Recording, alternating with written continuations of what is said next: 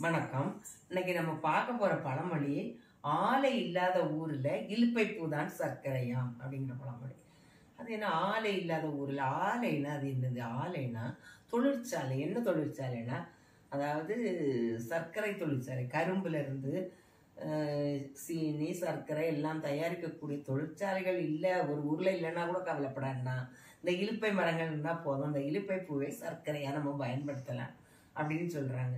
இது எப்படின்னு பார்த்தா, அந்த இலுப்பை மரங்கள் தமிழ்நாட்டுல பல இடங்கள்லயும் பரவல காணப்படுது. அதுவும் பெரும்பாலும் இந்த மலை பிரதேசங்கள்ல இருக்கும். அதனால மிக பழங்காலத்துல இந்த பழங்குடியின மக்களும் மலைவாழ் மக்களும் என்ன செய்தாங்கன்னா, இனிப்புக்கு பதில் அந்த சர்க்கரை சீனிலாம் கண்டுபிடிக்கப்படாத காலத்துல உணவுக்கு சுவை ஊட்டுறதுக்கு, இனிப்பு சுவை ஊட்டுறதுக்கு இந்த இலுப்பை பூ மரப்பூக்களை பயன்படுத்தினாங்க.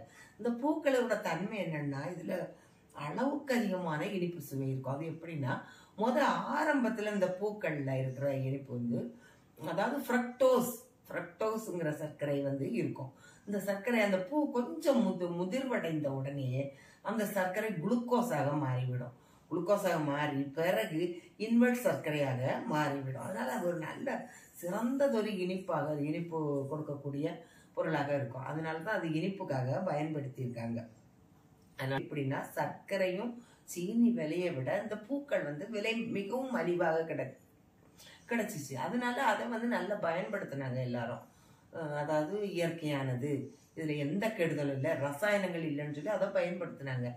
ஆனா இன்றைய காலகட்டத்துல அந்த இலுப்பை பூக்களின் விலை இந்த சர்க்கரை சீனி இந்த இனிப்பூட்டிகள் விலையை விட மிக அதிகமான விலை கொடுக்க வேண்டும். ஏன்னா விலை அதிகரித்து விட்டது. காரணம், இன்னைக்கு நிறைய செயற்கையான இனிப்பு தயாரிப்புல இந்த இலுப்பை மர பூக்களை பயன்படுத்துறாங்க.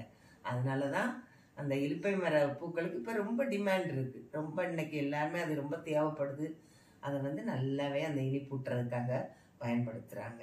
இதுதான் இந்த பழமொழிக்கான விளக்கம். ஆலை இல்லாத ஊரில் இலுப்பை பூதான் சர்க்கரையாம் அப்படின்னு சொல்லி இந்த பழமொழிக்கான விளக்கத்தை நம்ம அருமையா தெரிஞ்சுக்கிட்டோம். வணக்கம்.